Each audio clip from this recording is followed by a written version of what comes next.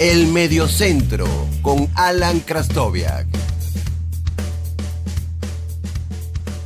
Hola, mi nombre es Alan Krastoviak y les doy la bienvenida a un nuevo episodio del podcast del Mediocentro. En esta ocasión vamos a hablar de una de esas competiciones que a todo el mundo le gusta. Todo el mundo le gusta la Champions o la Copa de Europa, la Copa de Campeones de Europa, como se conocía hasta 1992. Un torneo sumamente complicado de ganar, donde hay un rey indiscutible como el Real Madrid, el fetiche de los equipos europeos años tras años, un torneo que antes era muy complicado ganar porque tenías que ser el campeón de tu liga para poder asistir a él. Solamente iban los campeones de cada competición al torneo, no como lo conocemos ahora bajo el formato de Champions, donde clasifica el campeón y en varias ligas incluso hasta el cuarto, sino que tenías que ser el campeón de tu liga para poder participar de este torneo, lo que hacía que si no ganabas el título, pues no podías estar en la máxima competición de clubes de Europa. Para citar, por ejemplo, un caso, el del Liverpool, que ha ganado 2 Champions, ha participado en un par de finales más durante un periodo de sequía de 30 años en la Premier League. Nada de eso hubiese pasado bajo la configuración de la Copa de Europa anterior. O el Atlético de Madrid, que se ha convertido en un equipo fijo en la competición también, que solamente ha ganado un título en estos últimos 20 años. Vamos a revisar bajo este particular formato, bajo esta forma, este cambio que se dio para convertirlo en una suerte de Superliga Europea a partir de 1992. Cuatro campeones muy improbables que ha tenido el torneo, pero que tienen tras de sí una gran historia. Sin más preámbulo, vamos allá con los 4 campeones más improbables de la era Champions. Escuchas El Mediocentro con Alan Krastoviak. El primer equipo del que les voy a hablar es un recordadísimo Borussia Dortmund de la temporada 96-97. En aquel entonces la Champions la jugaban 24 equipos, 16 de ellos en la fase de grupos, por lo que solamente eran 4 grupos en esta primera fase. El Dortmund queda en el grupo B con el Atlético de Madrid el doblete. Ambos suman 13 puntos, clasifican a la siguiente ronda y van directamente a la fase de cuartos de final. En la fase de cuartos de final, el Dortmund se enfrenta al Luzern, lo elimina fácilmente con un agregado de 4-1. Y en la semifinal se ve con el Manchester United, que ya venía siendo, digamos, fuerte en Inglaterra, ¿no? Ya venía cimentando esa dictadura que tuvo durante mucho tiempo en la Premier League.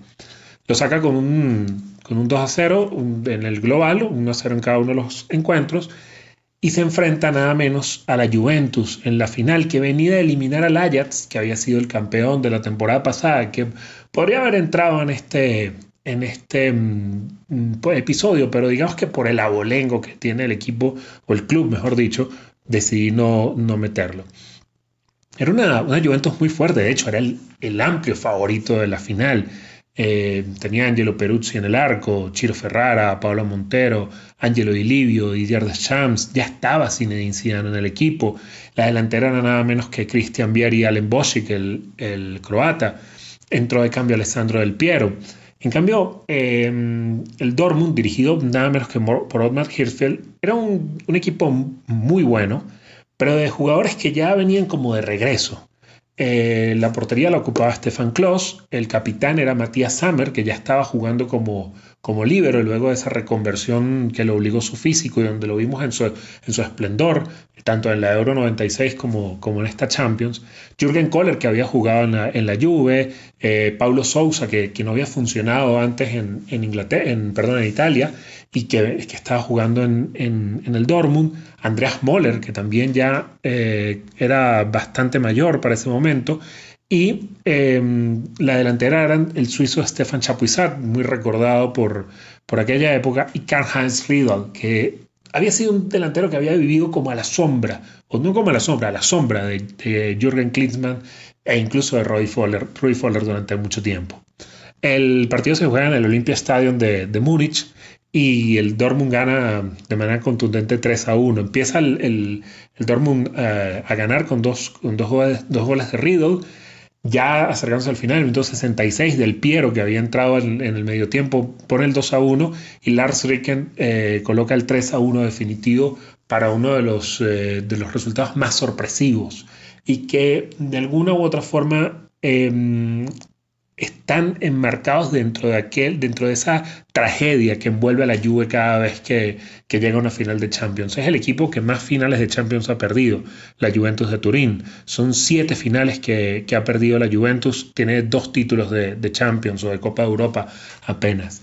El Dortmund es un equipo importante, pero no es uno de los equipos más grandes de Alemania, y esta victoria definitivamente es el momento más grande de su historia, además muy sorpresivo en la victoria que tiene sobre la Juventus, una Juventus, como les digo, muy fuerte. Voy a adelantarme hasta la temporada 2003-2004 para repasar el Porto de José Mourinho, cuando conocimos a Mourinho. El Porto quedó en el grupo F junto al Real Madrid, que queda líder del grupo, y el Olympique de Marsella y el Partizan de Belgrado. El Porto pasa cómodamente como segundo con 11 puntos, el Marsella apenas pudo sumar 4 y el Partizan de Belgrado 3, el Real Madrid líder del grupo con 14 unidades. Cuando el Porto llega a los octavos de final, le toca nada más y nada menos que el Manchester United, que había pasado primero de su grupo, y con un recordadísimo gol en Old Trafford da por sentenciada la eliminatoria, que se lleva con un marcador de 3-2, por un global de 3-2. Ese Porto de José Mourinho, si bien fue el que cimentó o la base del gran momento del fútbol portugués en aquella época, y que vivía como una segunda generación luego de aquella de los 90, en ese momento ya se empezaba a hacer más pequeña la liga portuguesa frente a otras ligas como la española, la inglesa, la italiana, y pues era sorpresivo que un equipo como el Porto pudiese llegar allí, ¿no? En el cuartos de final eliminan al Olympique Lyon 2-0 en la ida y 2-2 en la vuelta. Y en semifinales se enfrentan nada más y nada menos que al Deportivo La Coruña, un equipo que definitivamente se aprovechó de este nuevo formato de la Champions para convertirse en un habitual de las noches europeas. Una eliminatoria sumamente cerrada. En el partido de ida en Porto empatan a 0 y en la vuelta gana 0-1 el Porto con un gol de Derlei de penal. Es todo lo que necesitaba el Porto de Mourinho para poder llegar a la final. Del otro lado, no se cruzó con su futuro Mourinho de casualidad, porque el Mónaco, que fue rival del Porto en la final, y que de haber ganado también hubiese entrado en este episodio, elimina el Chelsea, aún el Chelsea de Claudio Ranieri, ¿no? Con un 3-1 en la ida y un 2-2 en Stamford Bridge. El Mónaco había eliminado previamente en un recordadísimo episodio de Fernando Morientes, que estaba cedido en el equipo por el Real Madrid, y eliminó al Madrid en un resultado más que sorprendente.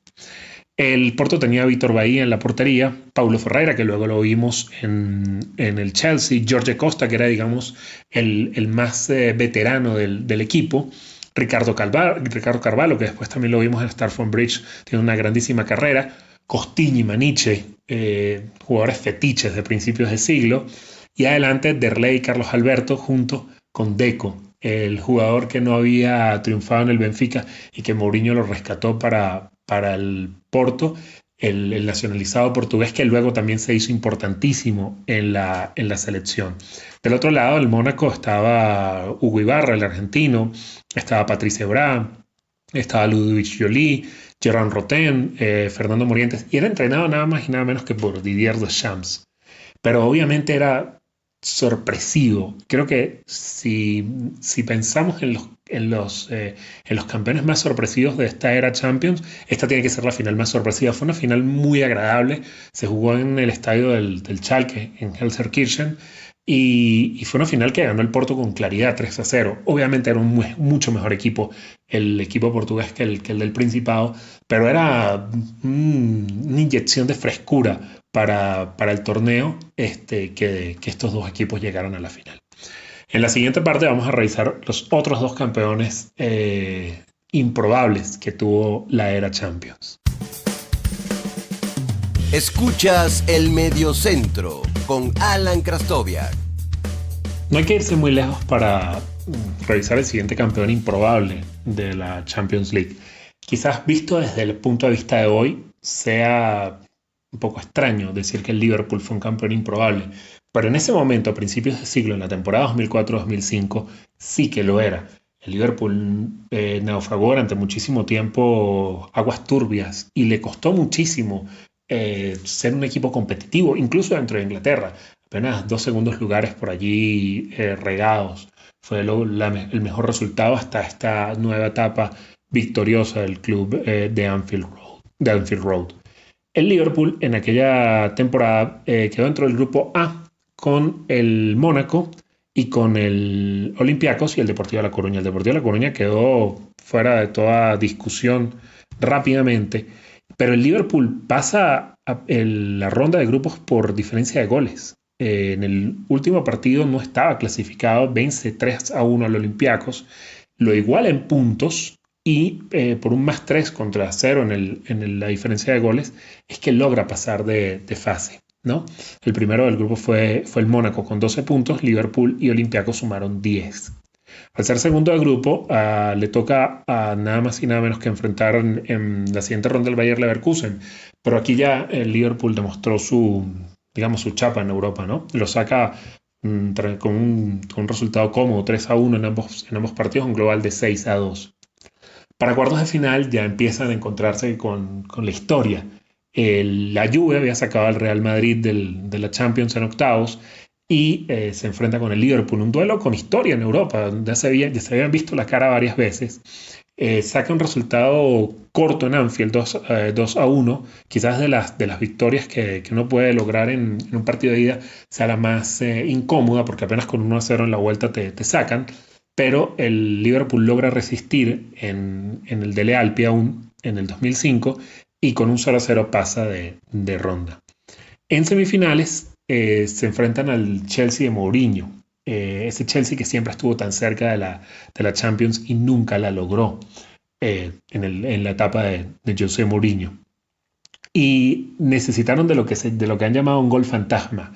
En la ida, en Stamford Bridge, empatan a 0 y en Anfield Road un gol de Luis García que Mourinho calificó de fantasma porque nunca sabremos si realmente la pelota entró y lo más probable es que no haya entrado, es lo que le permite al Liverpool llegar a la final.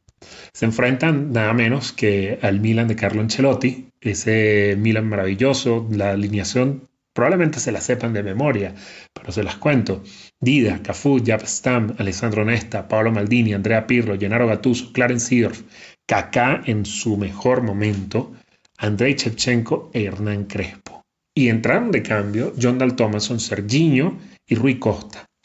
Del otro lado estaba un Liverpool que estaba en formación, era un equipo, no era un mal equipo, pero tampoco era un equipazo. Primero que todo, era un equipo sin ingleses más allá de Steven Gerrard. Lo dirigía Rafa Benítez, que venía con muy buenos pergaminos luego de haber sacado al Valencia campeón en España. Pero la alineación que presentó aquella noche en el Estadio Atatürk en Estambul era Jerzy Dudek. La defensa estuvo conformada por Jamie Carragher y Sami Hyypiä como los centrales, Jimmy Traoré por un lado, Steve Finnan por el otro. En el medio Xabi Alonso, Steven Gerrard, John Arne Riise y Luis García. Y arriba Harry Kewell y Milan Baros. Entraron de cambio Bladimir Smisser, Dieter Hamann y Djibril Cissé. Si nos ponemos a comparar las alineaciones y además recordamos que al descanso se fueron ganando el Milan 3-0, definitivamente el Liverpool tiene que ser uno de los campeones más improbables de la era Champions. No eran favoritos, no estaban ni cerca de ser favoritos. Obviamente el 3-0 era una losa pesada sobre el Liverpool al final del primer tiempo y probablemente no se correspondía con la realidad de los dos equipos, pero definitivamente el Milan tenía todo para llevarse esa final, desde el favoritismo hasta un resultado que probablemente nunca más se vuelva a remontar. Y para repasar el cuarto equipo de este episodio, nos vamos a ir hasta la temporada 2011-2012. Y ya que hablamos del Chelsea de Mourinho, que nunca logró el título de la Champions, vamos a hablar del Chelsea que sí lo logró, dirigido nada más y nada menos que por Di Matteo, un equipo que yo creo que es la Champions de los milagros. No estaba, no, cada, cada, cada paso que daba el Chelsea era uno que podía, en el que podía quedarse definitivamente el club de Stamford Bridge. Para ese torneo quedaron en el grupo E con el Bayer Leverkusen, Valencia y el Genk de Bélgica. El Chelsea logra su pase en la última jornada del grupo, venciendo al Valencia 3-0. Recuerden que era dirigido por el Chico Maravilla, Andrés Villas-Boas, el nuevo Mourinho. Empezó la temporada Villas-Boas dirigiendo el club y bueno, se mete en los octavos de final de Champions, luego de esa victoria ante el Valencia 3-0, sacan al Valencia, Chelsea pasa con 11, Bayer Leverkusen queda con 10 y Valencia con 8. En los octavos de final se enfrentan al Napoli. El Napoli les gana 3-1 en San Paolo, con 2 goles de la vez y uno de Cavani. El gol del descuento es de Juan Mata. De hecho, Juan Mata había abierto el marcador. Y el partido de vuelta es el 14 de marzo. Apenas 10 días antes de eso, deciden prescindir de André Villas-Boas y darle el equipo a Di Matteo. El Chelsea, en un partido, digamos, histórico para el club, vence al Napoli 4-1, necesita el tiempo suplementario, goles de nada más y nada menos, para que vean, cuando las cosas tienen que ocurrir, ocurren. Goles de Drogba, John Terry, Frank Lampard e Ivanovic es el que hace el gol en el descuento para el 4-1 que le da el pase al Chelsea. Los cuartos de final son un poquito más cómodos, se enfrentan al Benfica, vencen 0-1 al equipo encarnado en el Estadio de la Luz y luego 2-1 en Stamford Bridge con goles de Lampard y Raúl Meireles. De hecho, en un punto, en el minuto 85, el Benfica empata el encuentro y un gol más del Benfica sacaba al Chelsea. O sea, durante algunos minutos, durante 7 minutos, que fue lo que hubo entre este gol del Benfica y el gol de penalti de Meireles, el Chelsea estuvo muy cerca de quedarse fuera. ¿Qué pasa en la semifinal? Nada más y nada menos se encuentran con el todopoderoso Barcelona de Pep Guardiola. Obviamente las probabilidades de que el Chelsea pasara eran de 0 a nada. Era irreal pensar que este equipo que se venía dando tumbos por la competición y dando tumbos en la Premier League podría lograr vencer al que en ese momento era con diferencia el mejor equipo del mundo. Le ganan en Stamford Bridge 1-0 con gol de Drogba. El partido de vuelta en el Camp Nou, el Barcelona se va arriba con 2 goles, un gol de Busquets y un gol de Iniesta. Y ya tenían la eliminatoria, ya le habían dado vuelta a la eliminatoria y quedaba todo el segundo tiempo. Pero, de nuevo, cuando las cosas están destinadas a ocurrir, ocurren. Ramírez mete un gol de la nada antes de terminar el primer tiempo, con lo que le daba la ventaja al Chelsea en la eliminatoria. Messi falla un penalti que hubiese puesto de nuevo al Barcelona arriba y no logran durante todo el segundo tiempo meter ese gol que los coloque de nuevo en ventaja en el agregado. Y Fernando Torres en un contragolpe los termina matando en el minuto agregado. La final, si algo nos faltaba para que todo estuviera en contra del Chelsea, era ante el Bayern de Múnich, que acaba de sacar al Real Madrid en semifinales, en el Allianz Arena de Múnich. O sea, vas a enfrentarte a un equipo contra el que no eres favorito, además en su estadio. El Bayern ya lo entrenaba Jupp Heynckes y, como vemos, la alineación, hay algunos jugadores que quizás no son los mejores, ¿no? Pero es una alineación bastante respetable. Manuel Neuer, Jerome Boateng, que aún está jugando, también juegan a la defensa el ucraniano Anatoly Timoshchuk, Philipp Lahm y Diego Contento, que quizás era como el eslabón más débil del equipo. Pero el mediocampo era nada más y nada menos que Toni Kroos, Bastian Schweinsteiger, Arjen Robben, Frank Ribéry y arriba jugaban Thomas Müller y Mario Gómez. Del otro lado estuvo Peter Cech, David Luiz, Gary Cahill, Ashley Cole, José Bosingua, Obi Mikel, Salomón Kalou, Ryan Bertrand, Juan Mata, Frank Lampard y Didier Drogba. Thomas Müller hace el 1-0 en el minuto 82. Ya parecía que la suerte de la Cenicienta se estaba acabando y del 88 Didier Drogba marca el gol del empate.